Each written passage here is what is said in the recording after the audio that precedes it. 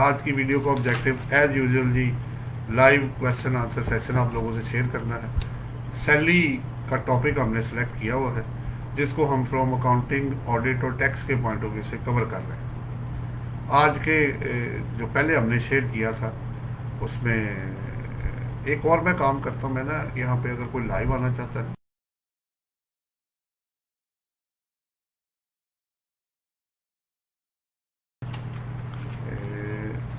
वो मुझे जाना पड़ेगा जीमेल में।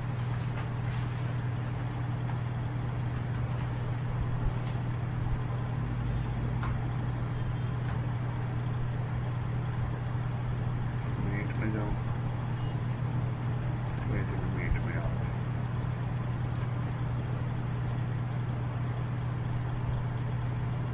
आप उधर ये चीज़ें देख लें कोई और।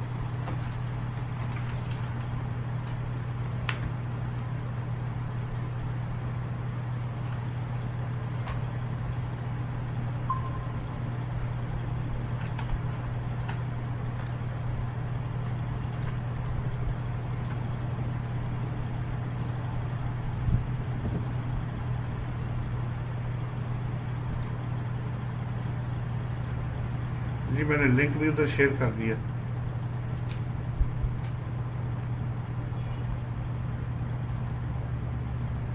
अच्छा चले। हाँ जी, सबसे पहले फिर आप ऐसे करें कि जो आप लोगों ने सीखा है पहले उसको थोड़ा थोड़ा करके आप मुझे कुछ जो भी आपको लर्निंग हुई है उसके बारे में कुछ बताएं। हाँ जी, बेस पहले आप बताएंगे। टैक्स के पॉइंट ऑफ व्यू से कि टैक्स जब हम सैलरीज के टैक्स कट होते हैं, कटिंग होती है, तो एम्प्लॉयर जो है वो किस तरह टैक्स की एंट्रीज करता है, एम्प्लॉय कैसे एंट्रीज करता है। यानी अगर यानी कि उसने एम्प्लॉयर जो है वो उसकी टैक्स काट रहा है और वो कैश की बेस पे है तो उसमें एंट्रीज क्या होगी, ये income tax payable to cash होगा या बैंक होगा जी। और अगर उसने सैलरीज पेड नहीं की है तो फिर income tax payable to salaries payable होगी। ठीक हो गया। इस तरह होगी। लेकिन जब एम्प्लॉय होगा वो उसका डिफरेंट हो जाएगा। वो करेगा जब उसको उसकी लिहाज से वो अपनी तरफ से करेगा। अब उसने यानी कि वहां पे कटिंग हो गई है, एम्प्लॉय काट रहा है, लेकिन जब अब जब अकाउंटिंग पॉइंट ऑफ व्यू से जब एम्प्लॉय का होगा ये उसमें क्या करते हैं कि वो टैक्स जब काटता है तो वो एम्प्लॉय जो होता है वो उसकी जब पेमेंट होगी उसकी एंट्री होगी बैंक को होगी, डेबिट हो जाएगी, बैंक डेबिट हो जाएगी, टैक्स डिडक्टेड एक सोर्स है वो डेबिट हो जाएगा और सैलरीज इनकम हो उसकी क्रेडिट हो जाएगी। ठीक हो गया। ये टैक्स डिडक्टेड एक सोर्स इसलिए होता है क्योंकि उसने जो है वो एम्प्लॉयर ने जो है वो टैक्स की कटिंग की है जी।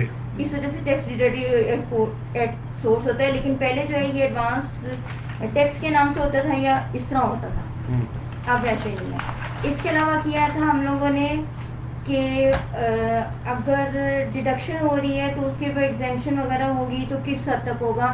एक टैक्स अगर एक दफ़ा कटा है तो दूसरी दफ़ा टैक्स नहीं कटेगा। लाइक अगर एम्प्लॉयर आपकी कटिंग कर रहा है और दूसरी तरफ एम्प्लॉय जो है वो कार के ऊपर या दूसरी तरफ वो टैक्स दे रहा है, इस तरह की जो भी टैक्स एडिशनल दे रहा है तो वो अगर ज़्यादा हो जाता है टैक्स तो वो एम्प्लॉयर से नहीं लेगा, वो गवर्नमेंट से लेगा। ये भी एक पॉइंट डिस्कस किया था।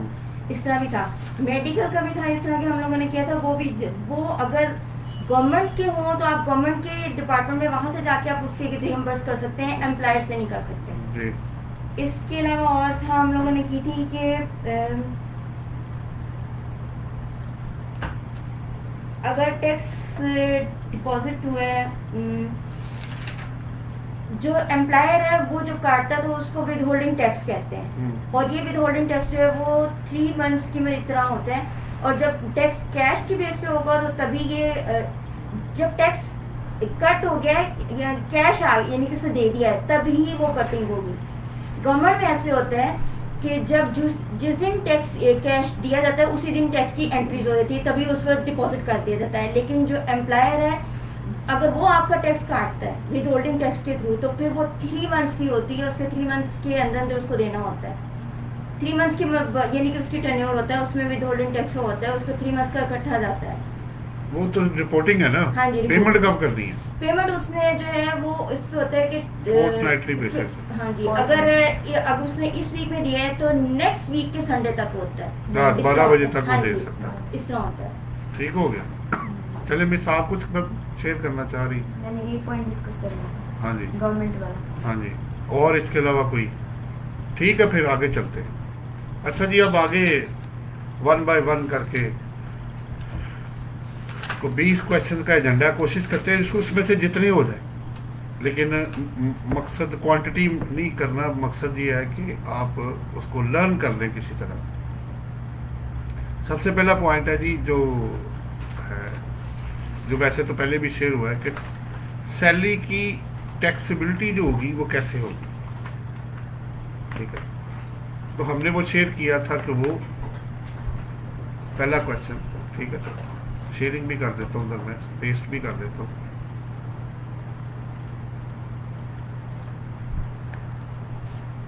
पहला क्वेश्चन है कि इनकम टैक्स लॉ में टैक्सेबिलिटी ऑफ सैलरी कैसे होगी।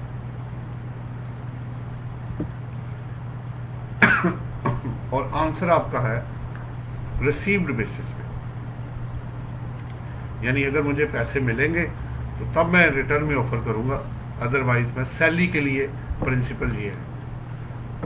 लेकिन एक इसकी एक्सेप्शन भी है कि अगर आप जानबूझ के सैलरी को डेफर कर देते हैं टैक्स बचाने के लिए, तो फिर उनके पास ये पावर अवेलेबल है एक 110 सेक्शन में कि वो कैश बेसिस को अक्रूवल बेसिस में कन्वर्ट करके आपसे टैक्स मांग लेंगे।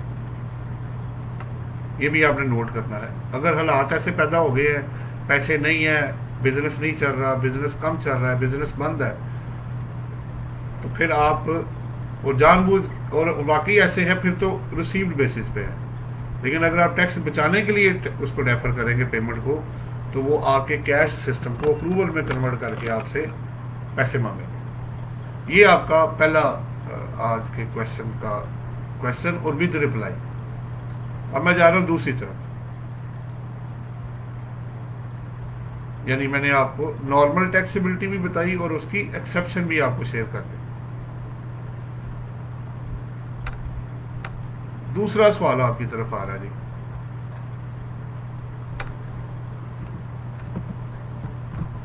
वही है what do you understand by the term salaried and non salaried individual.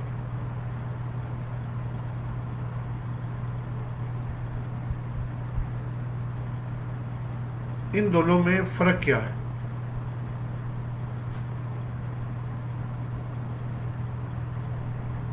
Salaried and non salaried individual, इन दोनों में फर्क क्या होता है? ठीक है, और क्यों किया जाता है? ये दो बेसिकली मेन क्वेश्चन है। क्या होता है और फिर उसका इम्पैक्ट क्या जाएगा? जब आपको पता लग जाएगा एक बंदा सैलरीड है और एक नॉन सैलरीड है, तो फिर क्या होगा? पहले सवाल का जवाब ये है कि अगर आपकी टैक्सेबल सैलरी इनकम, वर्ड बड़ा क्लियरली जरा यूज करना, अगर आपकी taxable salary income total taxable income के 75% से एक्सीड कर जाए, मैं फिर रिपीट कर रहा हूं, अगर आपकी taxable salary income total taxable income के 75% से एक्सीड कर जाए, तो आप सैलरीड इंडिविजुअल बन जाएंगे।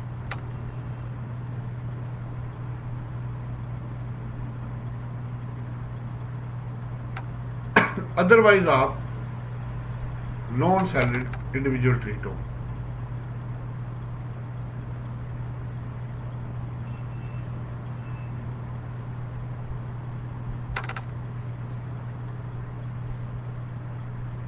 अब ये तो हो गया पहला पॉइंट।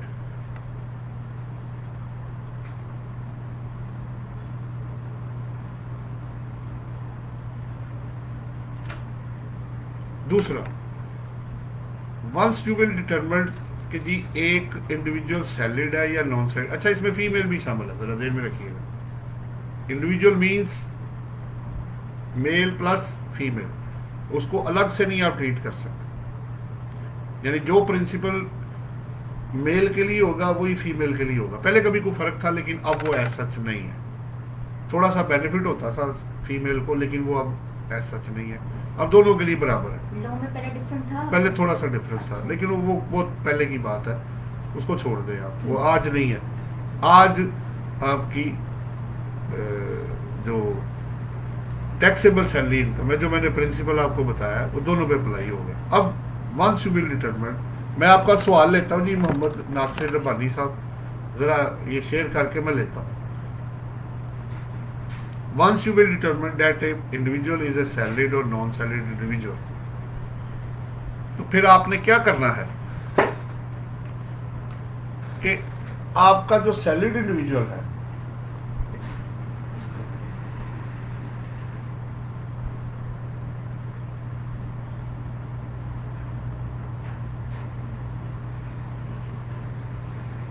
इकबाल यार, एक तो इसको ये दे देना उन्होंने कहा था, और दूसरा चाय बना दे। सो दूसरा पॉइंट ये है कि सैलरीड जो पर्सन है, इंडिविजुअल है, उसको टैक्स जो है as compared to non salaried individual के कम पे करना पड़ता है। यानी लॉ ने बेनिफिट दिया हुआ है सैलरीड इंडिविजुअल को। कैसे, वो भी मैं बता देता हूँ। जैसे एक जो सैलरीड इंडिविजुअल है, पर्सन है, वो 6 लाख रुपए तक 0% टैक्स पे करेगा अगर उसकी टैक्सेबल इनकम 6 लाख से एक्सीड नहीं करती, जबकि नॉन सैलरीड जो है वो 4 लाख रुपए तक 0% पे करता है। तो पहला फर्क तो ये आ गया। बाकी इनके आगे स्लैब रेट्स हैं, वो सैलरीड इंडिविजुअल के रेट्स टैक्स के कम है as compared to non salaried के।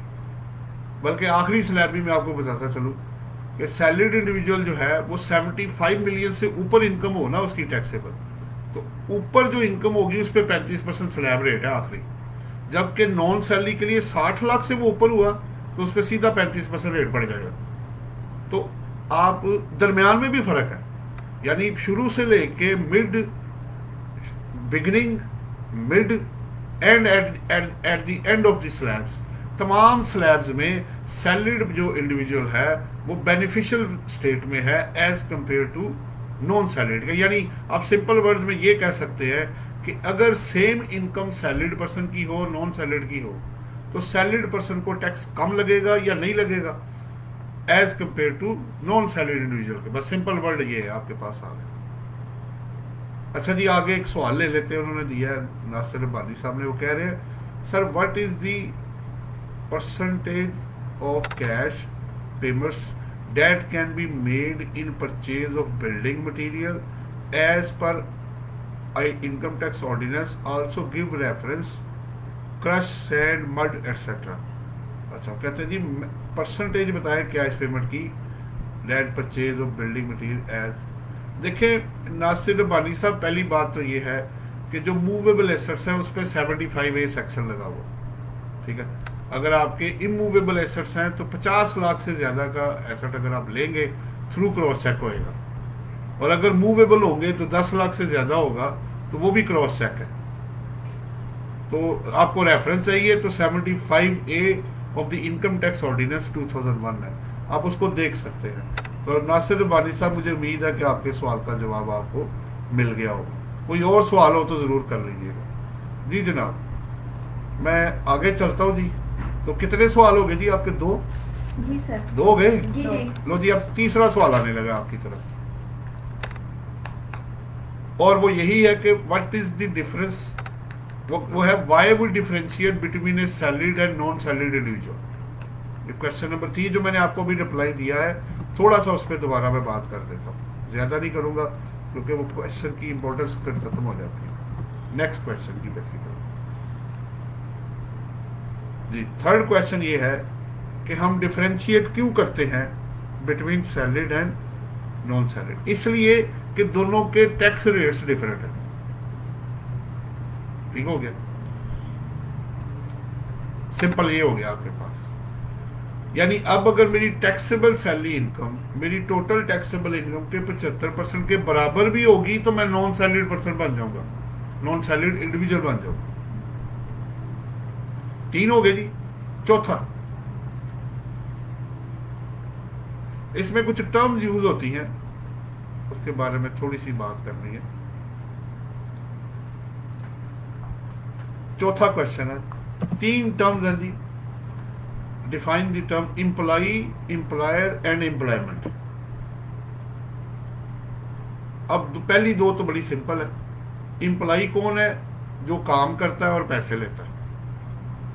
एम्प्लॉयर कौन है? जो रेमुनरेट करता है, आपको पैसे देता है। असल चीज है एम्प्लॉयमेंट के अंदर, ठीक है। उसमें मैं थोड़ी सी बात करना चाहूंगा। इसमें 3 उन्होंने चीजें डाली हुई हैं।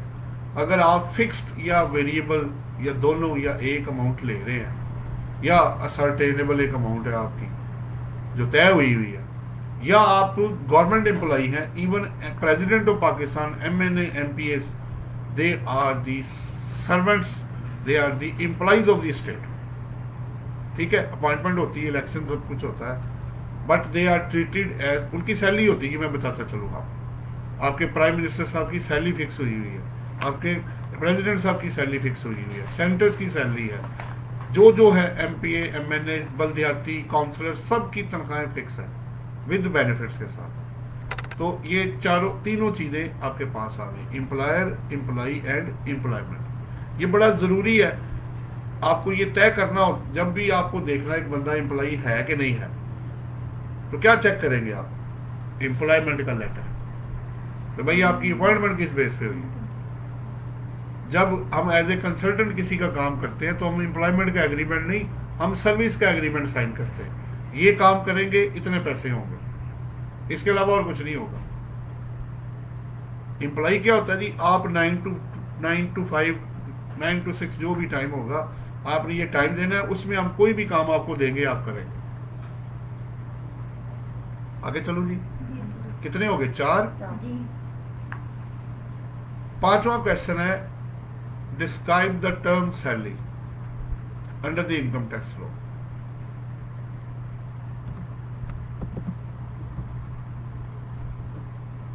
सैलरी इनकम से क्या मुराद ली जाती है?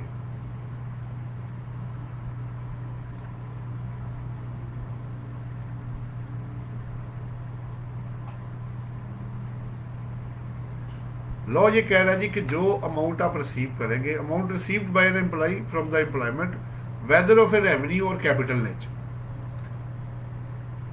तो 2 बातें की, यानी अगर आपको पैसे मिल रहे हैं, ठीक है, अगर आपको सैलरी के बदले में कैपिटल एसेट भी मिल जाए, मसलन आपकी 6 माह की सैलरी ड्यू है, तो आपने कहा जी पैसे दे, उन्होंने कहा जी पैसे नहीं है, ये मेहरान गाड़ी खड़ी है, इसकी कीमत तकरीबन 6 लाख रुपए है, आपकी तनख्वाह भी 6 है, आप मार्केट वैल्यू लगवा लो, ये गाड़ी आप अपने नाम कर लो।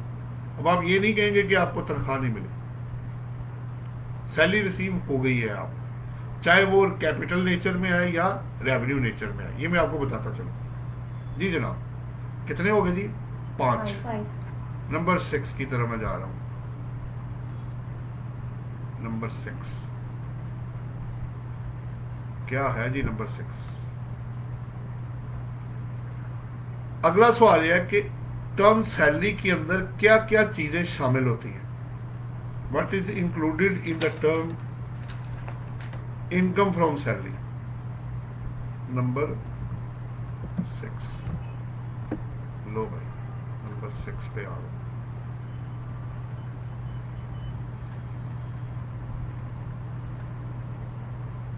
अब इसमें 6 चीजें ऑर्डिनेंस कहता है सेक्शन 12 में, ये सेक्शन 12 में आपका कवर हो रहा है साथ साथ, ये डेफिनेशन भी अभी वहीं से आई है।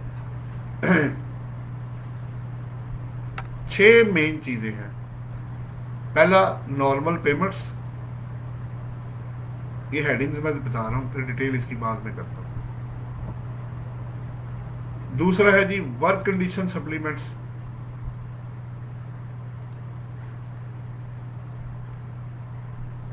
तीसरा है अलाउंसेस,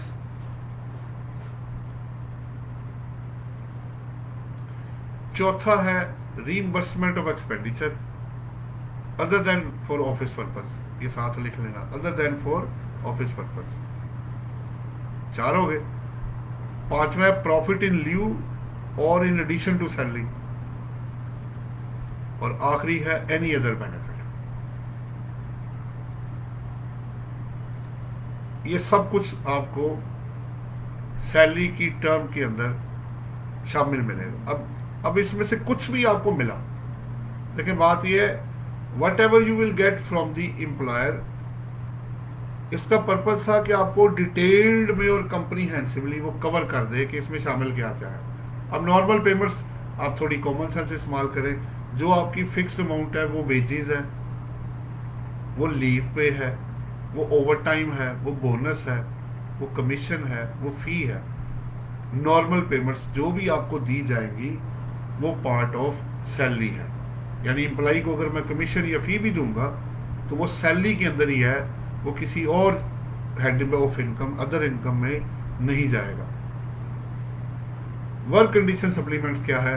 अगर आप डेंजरस और अनप्लेजेंट कंडीशन में काम करते हैं तो फिर आप ये नहीं कहेंगे जनाब चूंकि मैंने तो बड़ा रिस्क लिया था तो वो मेरी तनख्वाह नहीं है, वो सैलरी का हिस्सा ही रहेगा। अभी आपको ऊपर पढ़ाया मैंने, मेन हेडिंग जो ऊपर बताई है। फिर अलाउंसेज है, अलाउंसेज आपको पता है, यूटिलिटी है, हाउस रेंट है, कॉस्ट ऑफ लिविंग है, एंटरटेनमेंट है। But other than for the discharge of official performance, इन सारी चीजों में एक चीज कॉमन है कि ये other than for the discharge of official performance है। अगर आप ऑफिस का काम करती हैं, ऑफिस के पैसे लेती है, तो वो तो आपने करना ही था, वो तो ऑफिस वाले ने देना है। आपको क्या मिला? आपका नहीं है वो। चले आगे चले। रीइंबर्समेंट ऑफ एक्सपेंडिचर, अगर आपका ऑफिस आपके एक्सपेंडिचर्स की रीइंबर्समेंट कर देता है,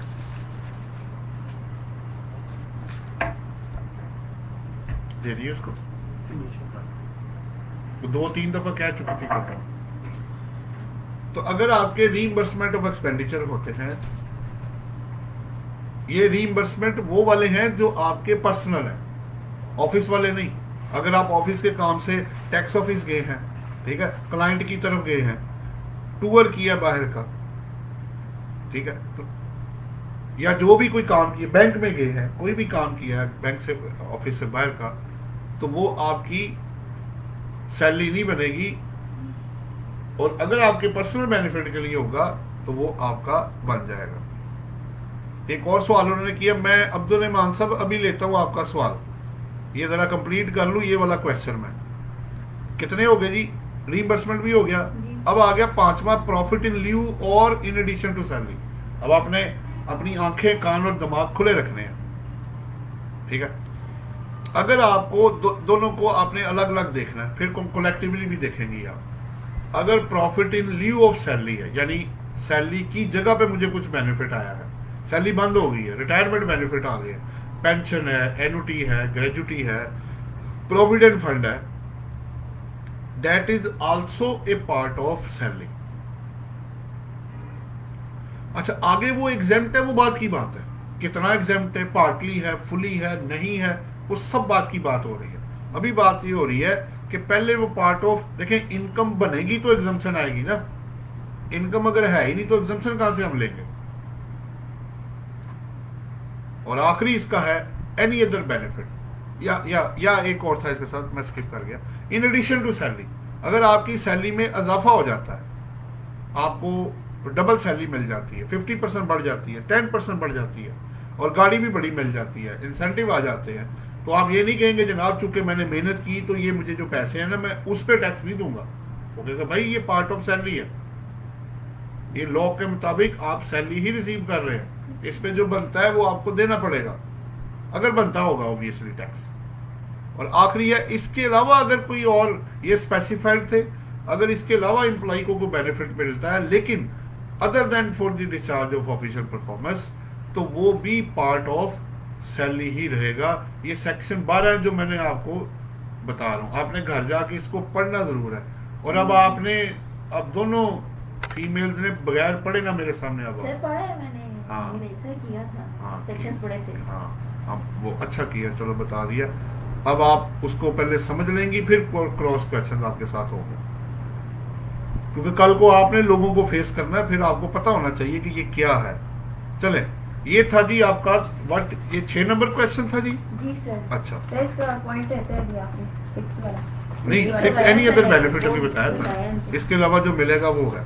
अच्छा जी, ऑनलाइन एक सवाल आ गया, वो कह रहे हैं उबैदुर रहमान अहमद कह रहे हैं please comment on provident fund and gratuity. Ubaidur Rehman साहब, बात ये हो रही है, प्रोविडेंट फंड का ना एक चार्ट है, ठीक है, वो आपको समझना पड़ेगा। और ग्रेजुटी में मैं वैसे आपको थोड़ा थोड़ा मैं आपको बता देता हूँ, फिर इसका ना मुझसे मटेरियल भी आप बाद में ले लीजिएगा। प्रोविडेंट फंड बेसिकली 6 शेड्यूल के अंदर है और ग्रेजुटी भी 6 शेड्यूल के अंदर है। फिर हमने इसका एक चार्ट बनाया हुआ है कि जब ग्रेजुटी रिसीव होगी तो क्या करना है। ग्रेजुटी में 3 चीजें हैं, मैं आपके साथ अभी शेयर भी कर देता हूँ। ले लें जी इनका सवाल भी, ताकि फिर या ऐसे करें उबैदुर रहमान साहब हमें पूरा कर लेने दे, फिर एंड पे आपके सवाल ले लेंगे, वो ज्यादा बेहतर हो जाएगा। वरना सारा फ्लो जो है ना वो टूट जाएगा, वो फिर करने वाला काम नहीं कर पाएंगे हम। तो आप क्वेश्चन कोई और भी हो तो जरूर करें, आपको जवाब दिए बगैर हम इस वीडियो को ऑफ नहीं करेंगे, बंद नहीं करेंगे हम। तो कितने हो गए जी? 6। 7th क्वेश्चन जी, पहले एक काम पहले वो कर ले हम, तो फिर इंशाल्लाह ताला आते हैं वापस में।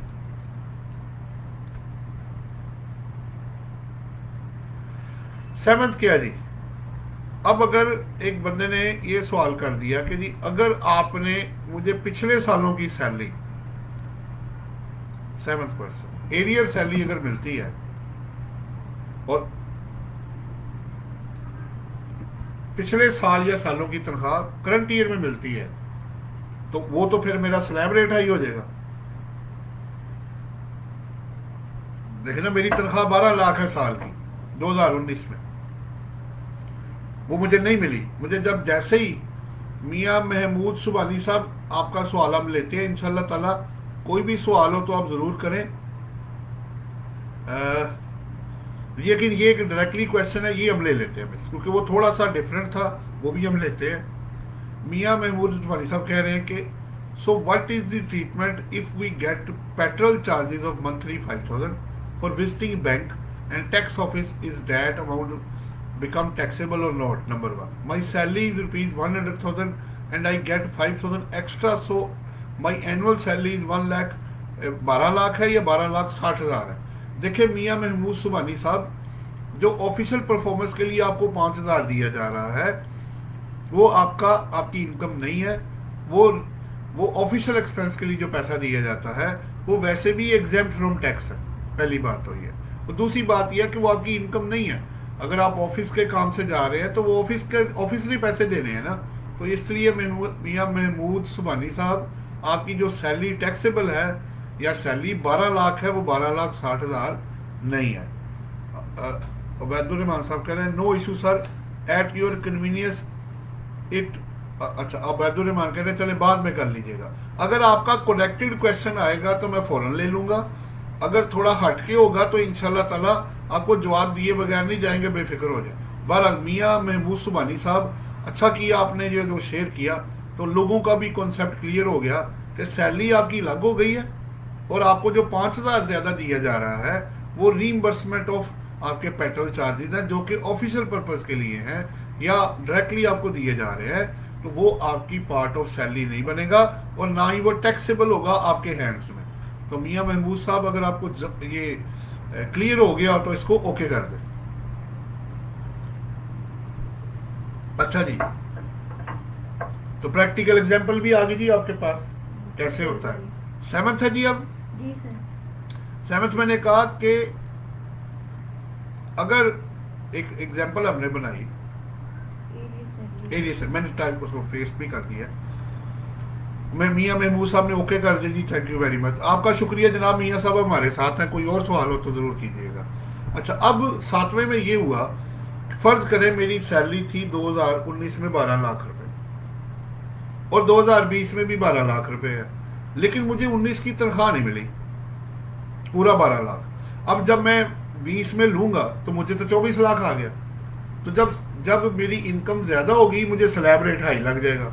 तो एम्प्लॉई फिर बोलना शुरू हो गया, उसने कहा जनाब ये तो बड़ी गलत बात है कि आपने जो मेरा टैक्स है, मुझे लगना था फर्ज करें 5% टैक्स लगना था, आपने मुझे डाल दिया 15% में, तो मेरा तो टैक्स बढ़ जाएगा, ये तो बड़ी ज्यादती वाली बात है। तो लॉ ने कहा ठीक है जनाब, अगर आप एरियर सैलरी ऑफर करते हैं तो हम आपको दो ऑप्शन देते हैं। पहले, या तो आप करंट ईयर की इनकम में ऐड करें, यानी 24 लाख में टैक्स दे दें, नहीं तो 12 लाख को ले जाओ 2019 में, और 12 लाख को जो 20 का है 20 में रखो, और दोनों को अपने अपने स्लैब रेट लगा के आप टोटल टैक्स निकाल लो। जिस तरफ तुम्हारा टैक्स कम होगा, बड़ी अच्छी चीज़ है आप लोगों के लिए।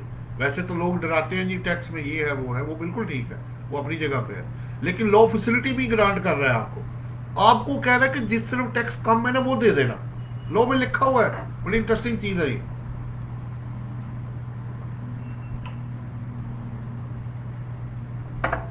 अच्छा,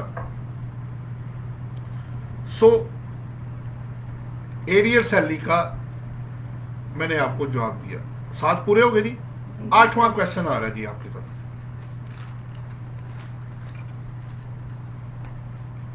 8th क्वेश्चन आज का, ताकि बंदा चीजें भी कवर करे, मैक्सिमम पता भी चले। 8वां क्वेश्चन ये है कि अगर एक इनकम को और एक्सपेंसेस को क्लेम करने का तरीका हमें कौन सा ज़हन में रखना है, असल में बात ये हो रही है। तो इसमें जो सेक्शन है वो आपका 73 है। वो ये बताता है कि आप एक इनकम पे 2 दफा टैक्स नहीं देंगे, और एक डिडक्शन या एक्सपेंडिचर आपका जो है वो आप 2 दफा माइनस नहीं कर सकते। इससे कहने का मतलब ये है, अगर मैंने सैलरी इनकम पे टैक्स दे दिया है तो आप फिर नहीं, अब दोबारा से उसको टैक्स नहीं कर सकते। मैंने टैक्स दे दिया, once I will paid it will be discharge. इसी तरह एक्सपेंडिचर, अगर आपने किसी को एंटरटेनमेंट के पे किए हैं और एंटरटेनमेंट आपने क्लेम कर लिया है और अलाउ हो गया आपको, तो अब आप दोबारा एंटरटेनमेंट जब तक नहीं करेंगे तब तक नहीं क्लेम हो सकता। एक एक्सपेंडिचर दोबारा नहीं माइनस होगा। तो आप देखें तो दोनों को, टैक्स डिपार्टमेंट को और टैक्स पेयर दोनों को बांधा हुआ है।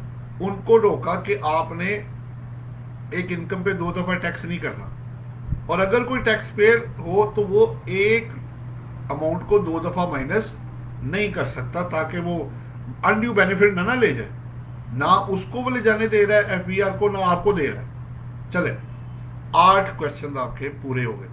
मैं 9th क्वेश्चन की तरफ जा रहा हूं। ये सेल्फ मेड टोटली क्वेश्चन है, ठीक है। 9 नंबर आ रहा जी आपकी तरफ। क्या है वो? मुझे पूछना ये है,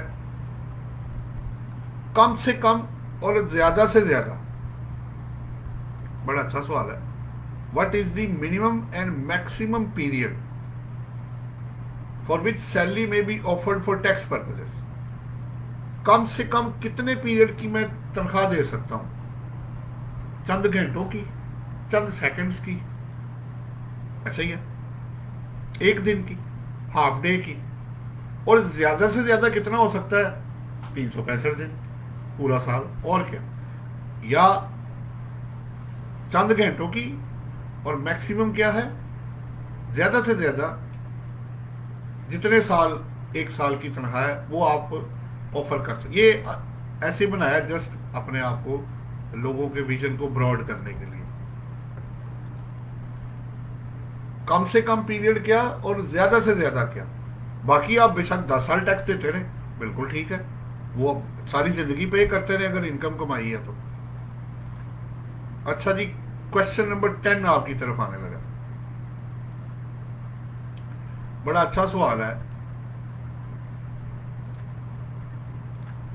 10 नंबर,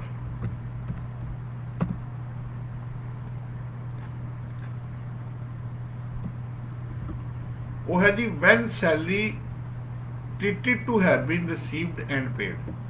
कब समझा जाता है कि सैलरी रिसीव्ड और पेड हो गई है under the income tax law? देखिए, पहला प्रिंसिपल तो ये है, एम्प्लॉय रिसीव करे और एम्प्लॉयर पे कर रहा हो, ये तो सिंपल सा प्रिंसिपल है। लेकिन अगर एम्प्लॉयर के बिहाफ पे कोई थर्ड पार्टी या एसोसिएट पे कर देता है, एम्प्लॉयर प्रेजेंट भी हो सकता है, पास्ट भी हो सकता है, प्रोस्पेक्टिव भी हो सकता है।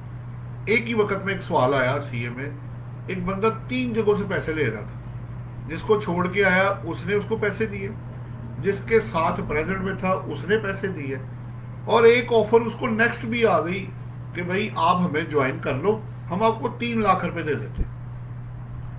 अब पिछले से भी पैसे आए, पास से, प्रेजेंट वाले से भी आए और प्रोस्पेक्टिव से भी। अंडर एन एग्रीमेंट अगर आप ज्वाइनिंग की कॉस्ट ले लेते हैं तो वो भी, अब ये नहीं कहेंगे जनाब चूंकि मैंने मेहनत की और वो मेरे पैसे हैं तो मैंने टैक्स नहीं देना, वो भी पार्ट ऑफ सैलरी ही बनेगा।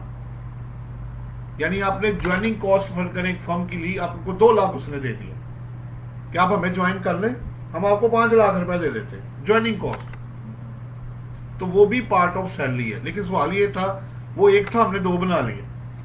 मैंने कहा अगर एक बंदा एग्रीमेंट तो करता है, ज्वाइन नहीं करता, फिर क्या होगा?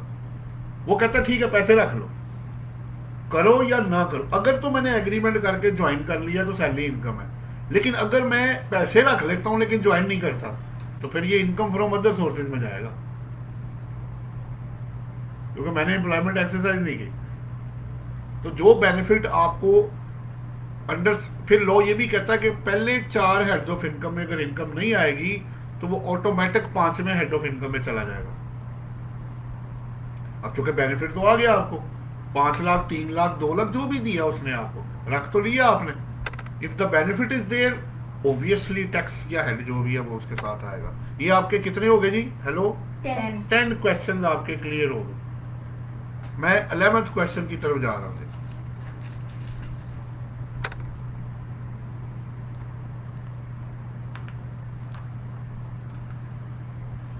जी 11वां क्वेश्चन,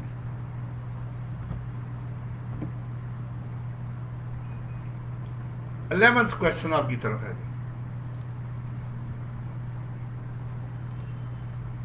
वो ये है, आपको ये बताना है कि जो टर्म हमने यूज की थी प्रॉफिट इन ल्यू और इन एडिशन टू सैलरी, इसमें शामिल क्या क्या होता है? एक तो है ना कि हेडिंग है जी profit in lieu, profit in addition. अच्छा, अब लॉ ने ना बड़ा टेक्निकली उसको हैंडल किया है, दोनों को ना इकट्ठा ही रखा है। उसकी वजह क्या है वो मैं आपको बताता हूँ। जब इसके नोट्स बन रहे थे, इस पर रिसर्च वर्क हो रहा था, तो हमने कोशिश की कि दोनों को अलग करें और किया भी हमने। लेकिन एक स्टेज ये आ गई कि हमें ये तय करना मुश्किल हो गया कि ये प्रॉफिट इन लीव है या इन एडिशन है। जैसे एक प्रैक्टिकल एग्जांपल देता हूँ आपका विजन ब्रॉड करने के लिए। अमूमन क्या होता है कि प्रोविडेंट, अमूमन क्या है, एवरेज प्रैक्टिस क्या है कि प्रोविडेंट फंड कब मिलता है? जब बंदा रिटायर होता है या छोड़ता है। लेकिन प्रोविडेंट फंड के लॉ में और एग्रीमेंट में ये आप लिख सकते हैं कि आप 50% तक का बैलेंस रिटायरमेंट से पहले भी विड्रॉ कर सकते हैं। अच्छा, अब क्या ये प्रॉफिट इन लीव है या इन एडिशन है? इन लीव है तो सैलरी तो अभी भी आ रही है जी,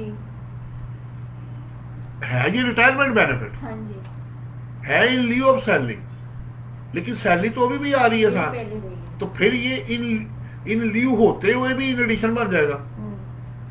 इसलिए लॉ ने दोनों को अलग नहीं किया। समझ आ रही बात? कि कुछ चीजें बाज औकात लगेगा कि ये इन लीव है, लेकिन वो इन एडिशन बन जाती है। इसलिए दोनों को उन्होंने मर्ज किया, लेकिन मतलब बड़ा क्लियर है। इन लीव का मतलब ये होता है कि सैलरी बंद हो गई, उसकी जगह पे आपको पैसे मिल रहे हैं, लेकिन अगर वही अमाउंट सैलरी के साथ आ रही हो तो वो फिर एडिशन हो जाएगा। लेकिन दोनों सूरतों में वो पार्ट ऑफ सैलरी ही बनेगा, सीधी सी बात है। अब जब वो profit in lieu of salary है या profit in addition to salary है, समझ आती बात आप लोगों को? हाँ जी। कितने क्वेश्चन हो गए जी? 11 क्वेश्चन आपके हो गए जी।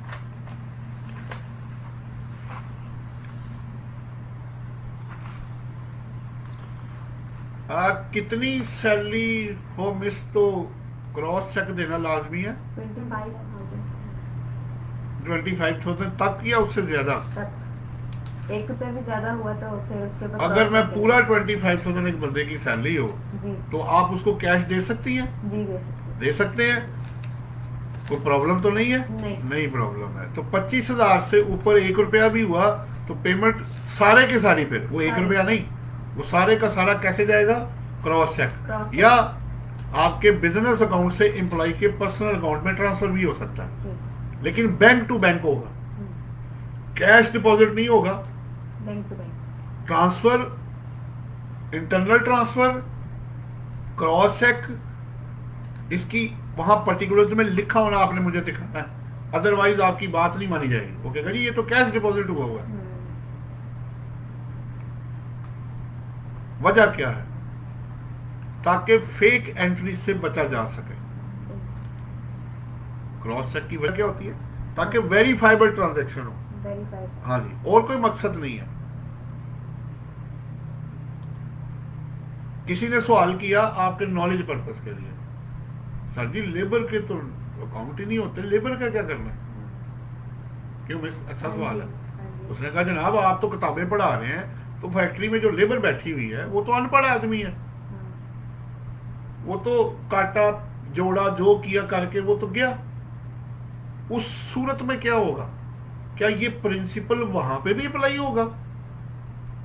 अच्छा सवाल है ना, है कि नहीं? भाई वो कह रहा है जी मैं मजबूर हूं, मेरे पास कौन सा बैंक अकाउंट, क्या बातें कर रहे हैं आप? लो इस चीज को एक्सेप्ट नहीं करेगा। अब चाहे आप मार्केटिंग में हैं, आप एडमिन में हैं, आप प्रोडक्शन में हैं, आप फाइनेंस में हैं, जहां भी हैं, अगर तनख्वाह 25,000 से ऊपर हुई तो जनाब वो होनी ही क्रॉस चेक है। और अगर वो ना हुई तो सेक्शन 21 है, उसके अंदर उसका स्पेसिफाइड ये सब क्लॉज है। उसके मुताबिक अगर आप नॉन कंप्लायंस करेंगे तो वो सारी तनख्वाह इनकम टैक्स लॉ में डिसलो कर दी जाएगी। डिसलो मीन्स कि वो खर्चा ऐड बैक हो जाएगा, यानी अगर मैंने पहले माइनस किया हुआ है तो वो ऐड हो जाएगा, तो मेरी इनकम बढ़ जाएगी, और इनकम बढ़ेगी तो मेरा टैक्स बढ़ जाएगा। सो प्रैक्टिकल लिमिटेशन अपनी जगह पे और लीगल लिमिटेशन अपनी जगह पे। पहले कभी इनको छूट होती थी, ये क्लॉज ट्रेडिंग आइटम्स पे अप्लाई नहीं होता था, बाद में उन्होंने इस पे अप्लाई कर दिया, तो मजबूरी है, क्या करें, करना पड़ जाता है। ठीक है, चले कितने हो गए जी? 11 हो गए ना। 12 क्वेश्चन, 12 नंबर क्वेश्चन।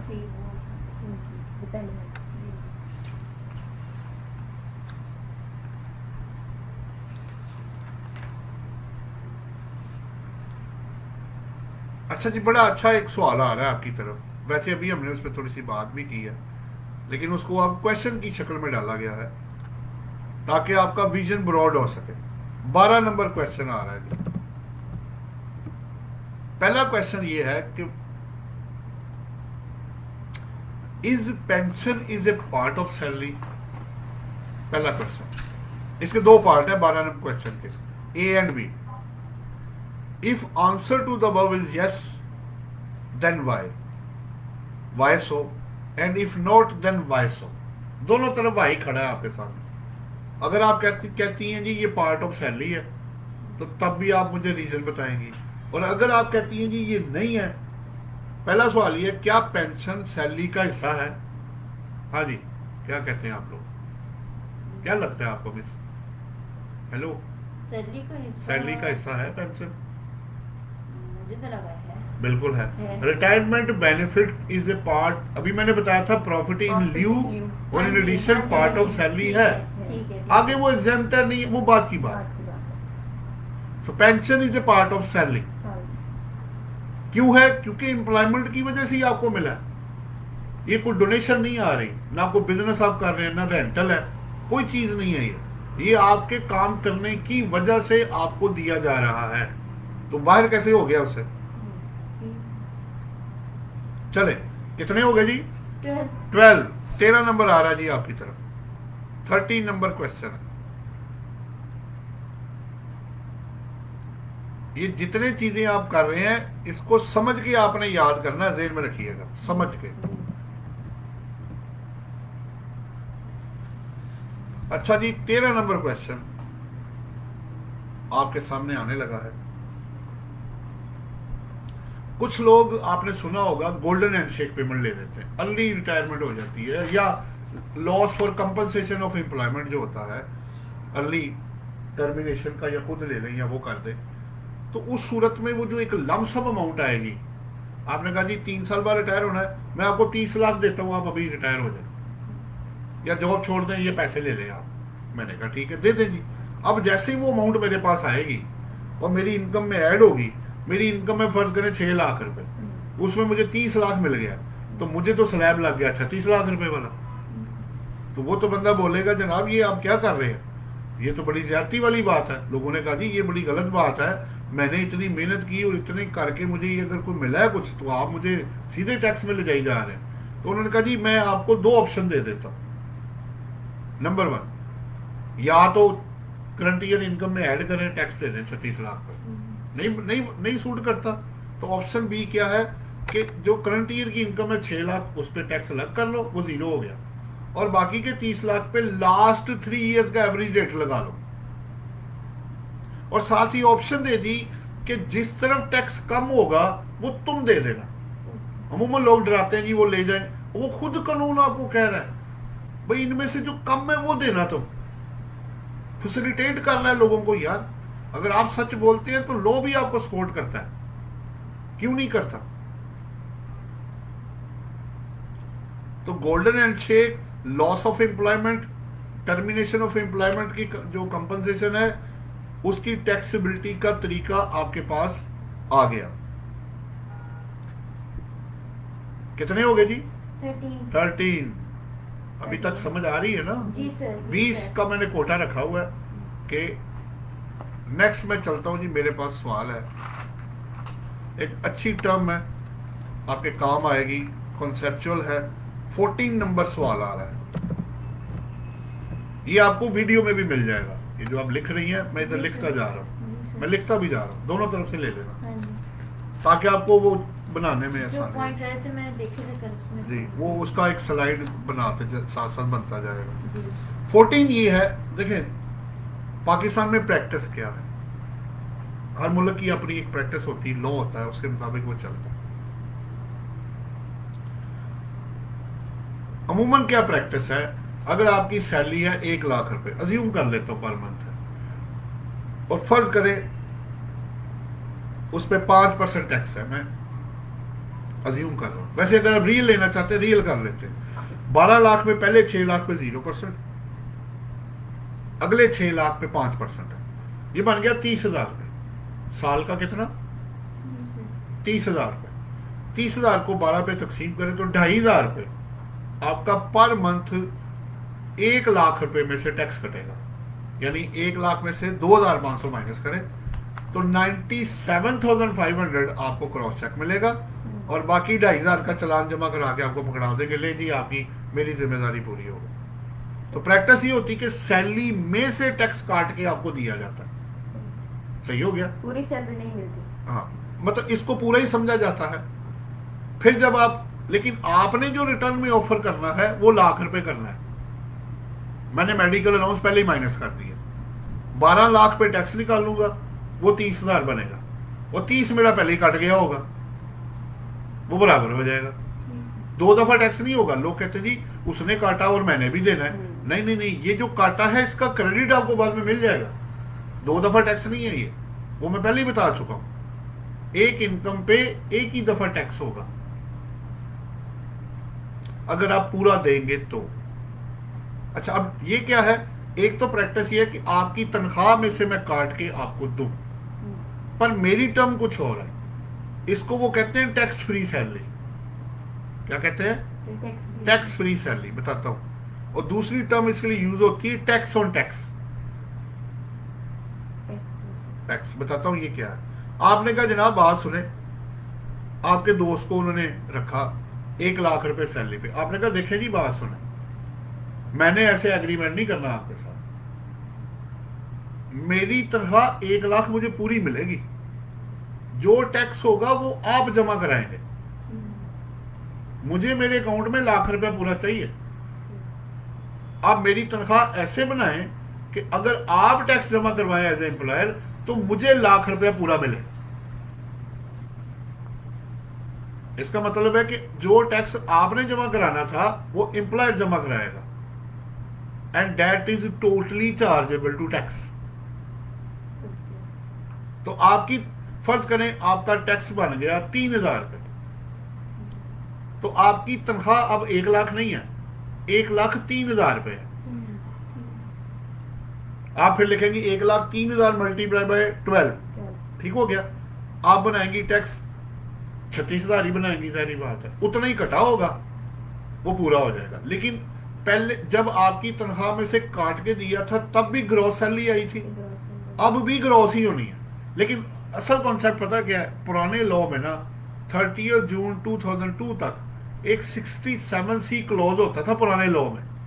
वो क्या कहता था कि जो टैक्स वो आपका एम्प्लॉयर जमा कराएगा ना, वो एग्जेम्प्ट फ्रॉम टैक्स होगा। वो एग्जम्पशन हो गई खत्म। काफी लोग पहले फायदा उठाते रहे, उनको पता लग गया कि लोग इस तरह बेनिफिट ले रहे हैं, उन्होंने वो क्लॉज ही नए लॉ में खत्म कर दिया।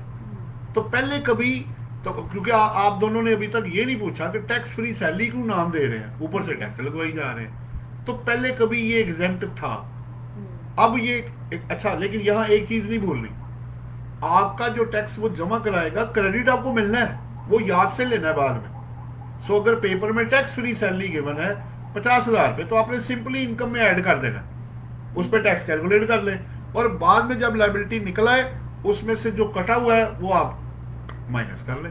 अब हो सकता है कि आपका टैक्स कटा हुआ बराबर हो जाए, हो सकता है आपका कटा हुआ कम पड़ जाए, और हो सकता है कटा हुआ ज्यादा हो जाए। कम होगा तो आप जमा कराएंगी या एडजस्टमेंट लेंगी पिछले रिफंड के अगेंस्ट, और अगर कम पड़ा या ज्यादा निकला तो ठीक है, रिफंड पड़ा हुआ आपका, एक्सेस पेमेंट आ जाएगी। आप कितने हो गए जी आपके? 14। ये क्या था? टैक्स ऑन टैक्स या टैक्स फ्री सैलरी, दोनों में से जो भी आप यूज करो। 15 पे चले जी, 15 नंबर। बड़ा अच्छा सवाल है, अब आपकी तरफ आ रहा है। पहले सिर्फ हम शेयर कर रहे थे, ये कहीं से आइडिया फ्लोट हुआ था कि लर्निंग के लिए आसान तरीका क्या है, क्वेश्चन आंसर, उसको क्वेश्चन आंसर में ले जाए। अब सवाल नेक्स्ट ये आ रहा है कि what are allowable deductions against income from salary. Salary income के अगेंस्ट मुझे डिडक्शन कौन कौन सी आप माइनस कर सकते हैं? देखें, लो बड़ा क्लियर है इस इशू पे कि आप सैलरी इनकम के अगेंस्ट कोई भी डिडक्शन माइनस नहीं कर सकते, सीधी सी बात है। मसलन इवन आप मिस जब जाती हैं तो आपको पेट्रोल पड़ता है ना, आप वो पेट्रोल भी माइनस नहीं कर सकते, ऑल्दो कि ऑफिस आप ऑफिस के काम से गई हैं, जाती काम से नहीं गई हैं, ठीक है। तो आप सैलरी इनकम के अगेंस्ट अगर कोई एग्जम्पशन है, अदरवाइज है, वो अलग चीज है। आप कोई एक्सपेंसेस के अगेंस्ट माइनस नहीं कर सकते। मसलन आपने कहा जी मेरे तो घर का किराया बहुत ज्यादा है, मेरे तो खर्चे बहुत ज्यादा है, मेरी एंटरटेनमेंट बहुत ज्यादा है, मेरी ट्रैवलिंग बहुत ज्यादा है, तो वो ऑफिशियल के अलावा आप सैलरी इनकम के अगेंस्ट कोई भी डिडक्शन माइनस नहीं कर सकते। यानी एक बंदे ने कहा, एक एग्जांपल देके आगे चलूंगा, उसने कहा जी मेरी तनख्वाह 10 लाख रुपए है, मेरे खर्चे 15 लाख है, तो मैं टैक्स नहीं देना चाहता, तो मेरे 15 लाख माइनस करें, और बल्कि 5 लाख मेरे बड़ी मुश्किल से मैं अबू से पैसे लेके गुजारा करता हूँ, तो मैंने टैक्स कोई नहीं देना। मैंने कहा जनाब बात सुने, 12 सबसेक्शन 4 है जो ये कहता है कि आप सैलरी के अगेंस्ट कोई एक्सपेंसेस माइनस नहीं कर सकते। तो मैं मजबूर हूं, मैं क्या करूं? लॉ नहीं मुझे कह रहा, अलाउ ही नहीं कर रहा। आपके खर्चे हो सकता है डबल हो, बहुत ज्यादा हो, लेकिन अगर वो आपको खर्चे अलाउ कर दे, फर्ज करो, तो फिर टैक्स तो कोई भी नहीं देगा। हर बंदे ने स्टैंडर्ड ऑफ लिविंग सैलरी के हिसाब से सेट किया होता है, तो पैसे कौन देगा फिर? मुझे तो रैशनैलिटी यही समझ आती है। चले, कितने हो गए जी? 15। 16 नंबर जी।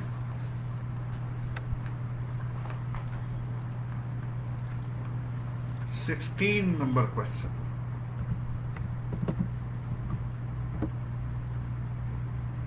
तो अब जब आप किसी एम्प्लॉय का एम्प्लॉयमेंट एग्रीमेंट निकालेंगे तो उसमें आपने पढ़ना है कि जी ब्रेकअप क्या है, इसकी बेसिक सैलरी क्या है, अलाउंसेस क्या क्या है, ये सेक्टर कौन सा है, इसको कितना एग्जेम्प्ट होगा, कितना टैक्सेबल होगा, फिर इस पे कब क्रॉस चेक होना है, कब नहीं होना।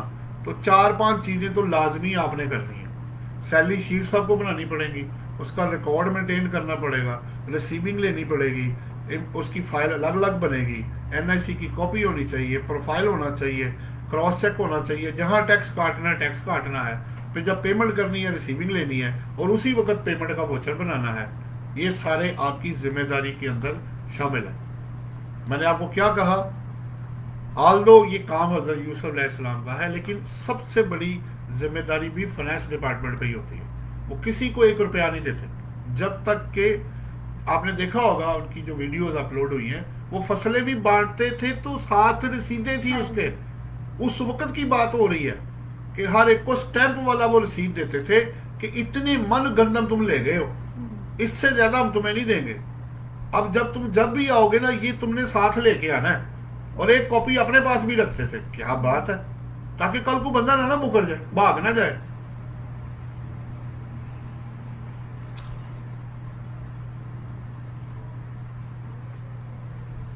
अब अगला सवाल ये है जी 16 नंबर कि परक्विजिट्स क्या होते हैं। पहला सवाल क्या है, परक्विजिट्स क्या होते हैं, पार्ट ए इस सवाल का। और जो एम्प्लॉयर से ओबीएसली आप रिसीव करते हैं, और इसमें क्या क्या शामिल होता है, ये 2 सवाल है असल। और इसके लिए रेलिवेंट सेक्शन है, अल्लाह आपका भला करे, 13 सेक्शन है जो परक्विजिट्स के बारे में है। अच्छा, परक्विजिट्स को दूसरा नाम है फ्रिंज बेनिफिट्स भी कहते हैं। In addition to basic salary, allowances और बेनिफिट्स जो दिए जाते हैं, इन एडिशन टू सैलरी के अलावा, यानी नॉर्मल पेमेंट के अलावा जो आप सैलरी के अलावा बेनिफिट्स ले रहे होते हैं, उसको फ्रिंज बेनिफिट्स परक्विजिट्स कहा जाता है। और उसमें शामिल क्या क्या, अभी आपको एक लिस्ट पूरी मिल जाती है कि उसके अंदर क्या क्या शामिल होता है।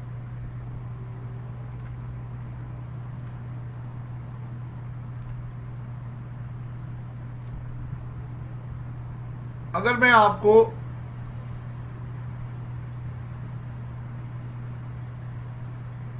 बगैर देखे ये बताऊं तो मेरे पास जो, वैसे तो मेरे पास इसमें 8 मेन सब हेडिंग्स हैं, यानी जो बेनिफिट्स आप ले सकते हैं परक्विजिट्स के अंदर, जो लिस्ट बनी हुई है।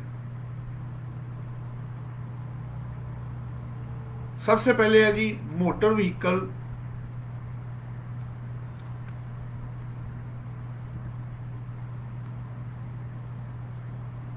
ठीक है, motor vehicle facility from employer to employ.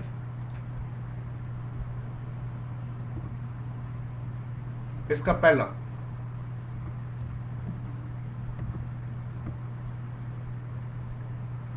पहले हेडिंग्स कर ले जी, पहले हेडिंग्स कर लेते हैं। पहला क्या है, motor vehicle provided by employer to employee. आगे चलो, दूसरा है salary of domestic assistants from employer to employee. जाहिर बात है ये उधर से ही आ रहा है सब कुछ। 2 हो गए जी। तीसरा, fair market value of utilities provided by obviously from employer to, वो साथ सबके साथ आना ही आना। कितने हो गए, 3 हो गए। गाड़ी हो गई, डोमेस्टिक सर्वेंट्स, यूटिलिटीज। चौथा, एक्चुअल अमाउंट वेव्ड ऑफ, चौथा एक्चुअल अमाउंट वेव्ड ऑफ और obligation discharge by employer for employ. 4 हो गए। 5वां, ट्रांसफर ऑफ प्रॉपर्टी और services by employer to employ. Transfer of property और services from employer to employ. छठा,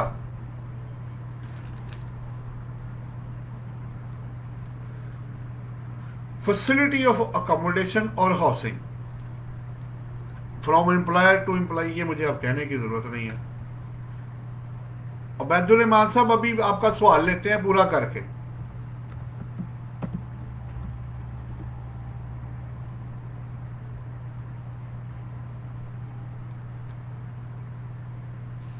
facility of accommodation और housing including self hiring. वैदुर रहमान साहब सवाल ले लिया आपका, आपको जवाब देते हैं, बस ये जरा पूरा कर लें, इंशाल्लाह ताला जवाब दे के ही जाएंगे, आपको बेफिक्र हो जाए।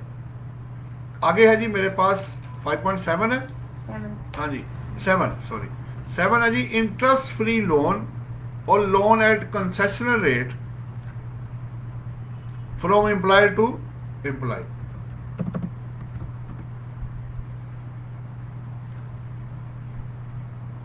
और आखिरी है जी इसका,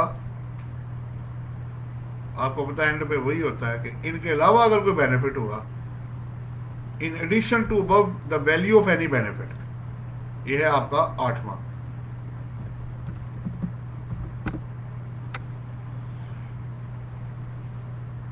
जी जनाब 8 आपके, अब इसको मैं सम अप इस तरह आपको कर देता हूं, आसान कर देता हूं। इसमें जो 3 बेनिफिट्स है ना, पहला, छठा और 7वां, ये फार्मूले के साथ है, बाकी सब एक्चुअल बेस पे है। अभी बताता हूं कैसे। पहले वो फार्मूले के बगैर वाले मैं आपको करा देता हूं, आसान हो जाएगा। मसलन अगर आपके बाकी 5 में एक चीज कॉमन है, जितना बेनिफिट एम्प्लॉयर आपको देगा उतनी ही आपकी सैलरी में आएगा। मसलन मैंने कहा आपके डोमेस्टिक सर्वेंट्स कितने हैं, आपने कहा जी 4। मैंने कहा तनख्वाह बताएं जी, आपने कहा जी मैं साल की उनको 6 लाख रुपए देता हूँ सबको मिला के। तो मैंने कहा भाई अब मेरे पास 2-3 ऑप्शन है, मैं कहूँगा भाई सारी तनख्वाह मैं दे दूंगा, तो सारे का सारा आपका बेनिफिट है 6 लाख। मैं कहूँगा नहीं जी आधे मैं दूंगा आधे तुम दोगे, तो जो बेनिफिट एम्प्लॉयर से आपको आएगा फ्रिंज बेनिफिट के तौर पे, परक्विजिट के तौर पे, वो आपकी इनकम में ऐड हो जाएगा। वो 5 सिंपल है बिल्कुल। इसी तरह आपकी यूटिलिटीज है, आपके electricity, telephone, gas, water utilities में शामिल है। मैंने कहा जी बिल कितने, आपने कहा जी 10 लाख रुपए। मैंने कहा भाई अब जितना मैं आपको दूंगा उतना ही आपकी सैलरी इनकम में आगे ऐड हो जाएगा। इसी तरह आपका लोन माफ हो जाए, आपको गाड़ी मिल जाए, मतलब फ्री गाड़ी मिल जाए, आपके नाम हो गई है, जो बेनिफिट आएगा उसका in terms of actual benefit उसकी अमाउंट कन्वर्ट कर लें और अपनी सैलरी इनकम में ऐड कर लें। मैंने आपको घर लेके दे दिया 1 करोड़ रुपए का, जब आपने 25 साल मेरे साथ काम किया, मैं एक बात कर रहा हूं, अब वो 1 करोड़ आपकी सैलरी इनकम में आएगा, अनलेस लो कोई एग्जम्पशन ना दे रहा हो, तो ये सैलरी का हिसाब का बच जाएगा। आपका लोन आपने कहा जी मेरी वो लड़ाई हो गई है जी, कोर्ट में केस सारा, वकील नहीं है, उसके पैसे बड़े मांग रहे हैं, चले जी वो पैसे हम दे देते हैं, तो वो जो पैसा उसको जाएगा वो आपकी सैलरी में आ जाएगा।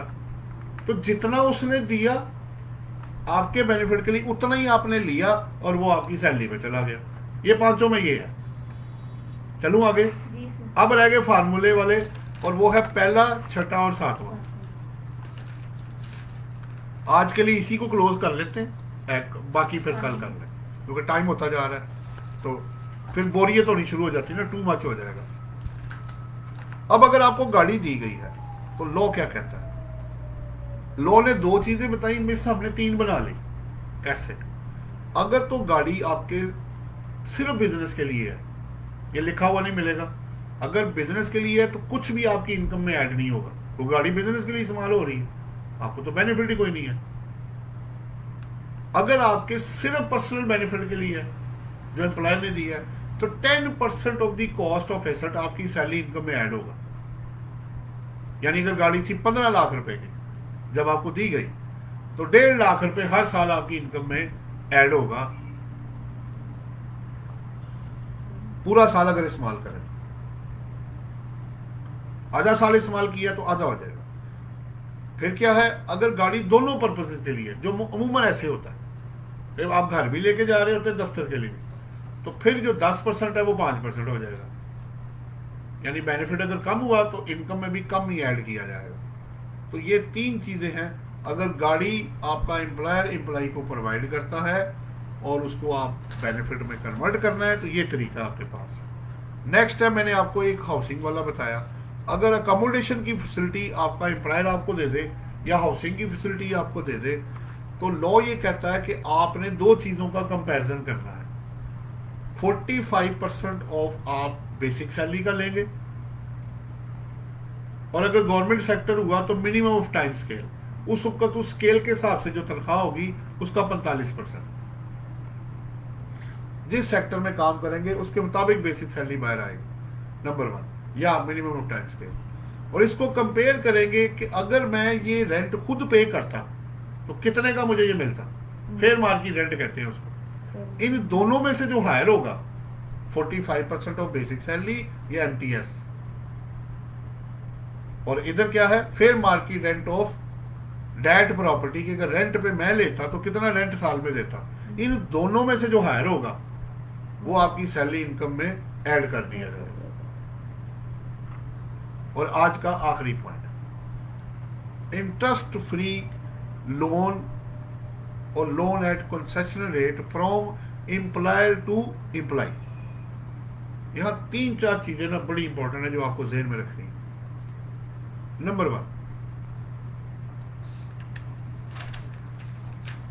10 लाख रुपए तक अगर आपको लोन रिसीव हुआ है एम्प्लॉयर से तो आपकी इनकम में कुछ भी ऐड नहीं होगा, यानी 10 लाख तक छूट है।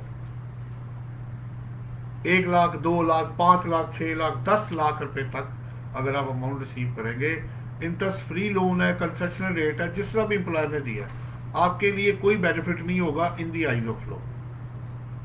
दूसरा, अगर आपका रेट ऑफ मार्कअप 10% के बराबर है या ज्यादा है तो तब भी आपकी इनकम में कुछ नहीं ऐड होगा, जितना मर्जी लोन ले लें।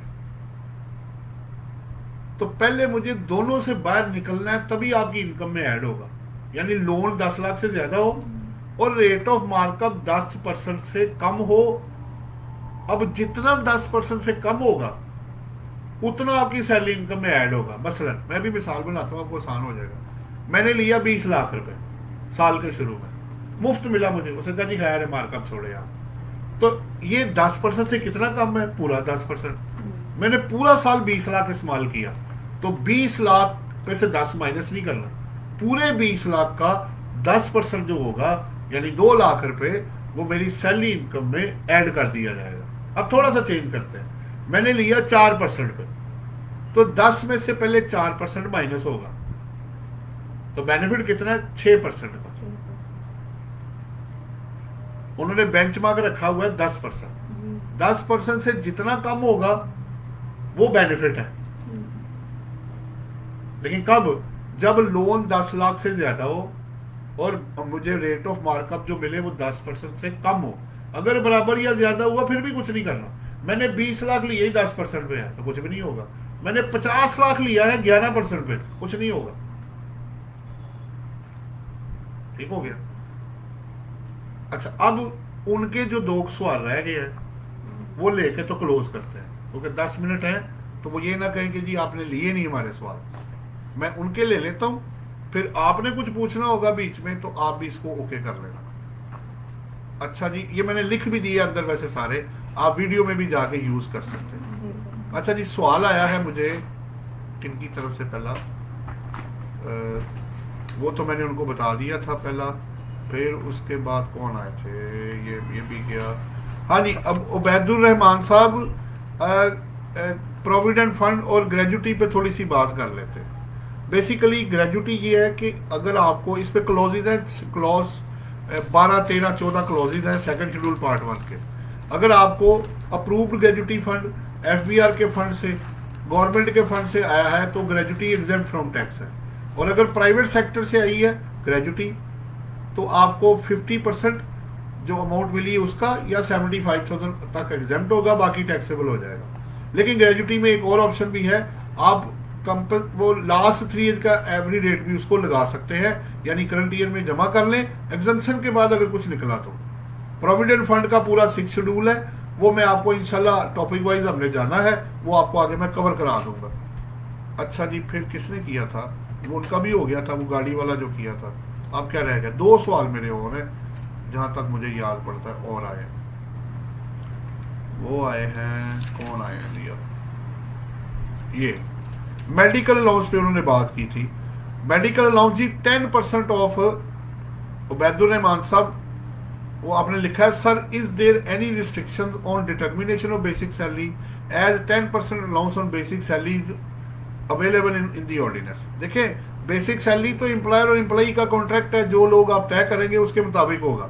वो आप उसके मुताबिक ही भी होल्डिंग स्टेटमेंट्स और टैक्सेस काट रहे होंगे, तो आप उसको चेक कर ले, खाली जुबानी नहीं होता, ये वेरिफिकेशन करा दें। तो मुझे उम्मीद है उबैदुल रहमान साहब आपका मसला इससे हल हो जाएगा। और कौन है जी, एक आध और कोई सवाल है, वो भी मैं देख लूँ तो इसको क्लोज करते हैं। आगे मलिक जुनेद साहब का सवाल आया है, वो कह रहे हैं जी sir how to calculate share from AOP for two partners if AOP earns income from export proceeds tax at 1%, also tell if WWF should be deducted from this income. देखिए दो बातें हैं, एओपी का शेयर क्या profit and loss account बनाए, जो आपका profit आएगा उसमें से टैक्स माइनस करें, और दोनों का जो शेयर है लेकिन आपने देखें जो जो FTR की इनकम होती है ना, उसका एओपी का शेयर जो होता है ना, वो रेट पर्पज के लिए ऐड नहीं होता मेंबर की इनकम पे। नंबर 1, शेयर कैसे निकाला जाता, सिंपल है, प्रॉफिट एंड लॉस अकाउंट बनाए, जो आपका प्रॉफिट आया है आफ्टर टैक्स उसको डिवाइड कर दें, अगर इक्वल है या अनइक्वल है जैसे भी है रेशियो निकाल लें। दूसरा सवाल आखिरी आपने किया है, also tell if workers welfare fund should be deducted from this income. देखिए WWF जो है ना, बेसिकली वो चला गया है अब PRA के पास। अगर आप जिस प्रोविंस में है तो वो सूबों के पास अब पावर है, वो फेडरल गवर्नमेंट के पास अब पावर नहीं है, इसलिए वो आपको सेपरेटली प्रोविंशियल जो गवर्नमेंट है उसको देना पड़ेगा। पहले हम क्या करते थे कि उसको हम एडजस्ट कर लेते थे और FTR की इनकम पे भी लगा हुआ था। तो अगले पिछले साल है 2019 या उससे पिछले साल है, तो फिर तो आपको फेडरल गवर्नमेंट को देना है, लेकिन ऑनवर्ड अब जो टैक्स है ये चला गया है सूबे के पास। तो मलिक जुनैद साहब, मुझे उम्मीद है आपको जवाब मिल गया होगा। जी जनाब, आप लोगों का कोई सवाल हो, आपको कोई चीज समझ ना आई हो या रिपीट कराना चाह रही हो, इससे पहले कि मैं इसको क्लोज करूं, एक नजर देख के बारे में दोबारा से बता दें। किसके बारे में? एम्प्लॉयमेंट जो आपने बताया था ना, 3 चीजें बताई थी। देखिए पता क्या है, जब आप सर्विस एम्प्लॉयमेंट एग्रीमेंट साइन करती हैं तो आपको देखना ये है कि आपने उनसे लेना क्या है। देखिए उसे GD हम कहते हैं, आपकी GD में क्या क्या शामिल है, जॉब डिस्क्रिप्शन में क्या क्या है कि जी आप फाइनेंस मैनेजर हैं, आपने ये काम करने हैं और इतने पैसे आपको दिए जाएंगे, ये फिक्स हो गया। ये भी हो सकता है मैं आपको कहूँ मिस आप मुझे कॉन्ट्रैक्ट ला के दे, जितना आप मुझे बिजनेस ला के देंगी और उससे जितनी रिकवरी होगी उसका 1% आपका, दोनों भी हो सकते हैं। ठीक है, उधर से मलिक जुनैद साहब ने ओके कर दिया जी, शुक्रिया, आपका शुक्रिया मलिक साहब। कोई और सवाल हो तो कर लीजिएगा, एक बात हो गई। ठीक है, अब फिक्स्ड है, वेरिएबल है, अब मैनेजमेंट में है नहीं है, नंबर 1। फिर आप अगर गवर्नमेंट एम्प्लॉई हैं, पब्लिक सेक्टर में है, नॉन पब्लिक में है, मैंने आपको मिसाल दी, MPA MNA सारे जो लोग हैं उनको सैलरी दी जाती है और सैलरी बकायदा उनके अकाउंट में आती है, और जहां टैक्स काटना होता है काट के आती है। तो ये सारी चीजें एम्प्लॉयमेंट के अंदर शामिल है। आपका कोई और सवाल है मिस? आपका कोई सवाल है मिस? अकोमोडेशन का जो है वो प्लीज थोड़ा सा बता दें, जो अकोमोडेशन की फैसिलिटी होती है उसमें 45% जो वो आप देखिए पहले तो आपको ये चेक करना है कि वो एम्प्लॉई गवर्नमेंट सेक्टर में है या नॉन गवर्नमेंट सेक्टर में, यानी प्राइवेट में है। अगर तो आप प्राइवेट सेक्टर में है, प्राइवेट सेक्टर में ना स्केल नहीं होते अमूमन, वो आपको देते हैं डेजिग्नेशन के हिसाब से पैसा होगा। Finance manager, director operation, production manager, ठीक है, असिस्टेंट अकाउंटेंट, जो भी इंटरनल ऑडिटर, गवर्नमेंट सेक्टर में स्केल के हिसाब से पैसे होते हैं, वो देते हैं मिनिमम ऑफ टाइम स्केल के हिसाब, जितना स्केल होगा उसके हिसाब से तनख्वाह आएगी। तो गवर्नमेंट एम्प्लॉय की जाएगी percentage minimum of time scale के ऊपर, जो उस वक्त वो ले रहा होगा, वो 45% जो लेना है आपने। अगर आप प्राइवेट सेक्टर में है तो फिर आपकी बेसिक सैलरी का 45%, ठीक हो गया। तो once you will calculate the 45% amount आ गई, कुछ ना कुछ तो आएगा आपके पास। उसको कंपेयर करना है कि अगर मैं ये प्रॉपर्टी खुद रेंट पे लेती तो मुझे रेंट साल का कितना पड़ता, वरना यानी वो कहते 50,000 है जी इसका, तो 6 लाख उधर से आया, इधर से फर्ज करो 7 लाख आ गया।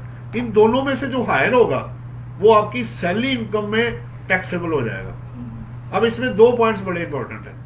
अगर ये मुफस्सल एरिया में कोई अकोमोडेशन आपको दी गई है जिसे दूर दराज इलाके कहते हैं, तो वहां 45% की जगह पे 30% आ जाएगा, क्योंकि वहां अकोमोडेशन सस्ती होगी ना, तो फिर कम ऐड होना चाहिए ना आपकी इनकम में। अगर आप अर्बन इलाके में हैं तो फिर तो 45% है, और अगर आप मुफस्सल एरिया में हैं तो फिर 30% है।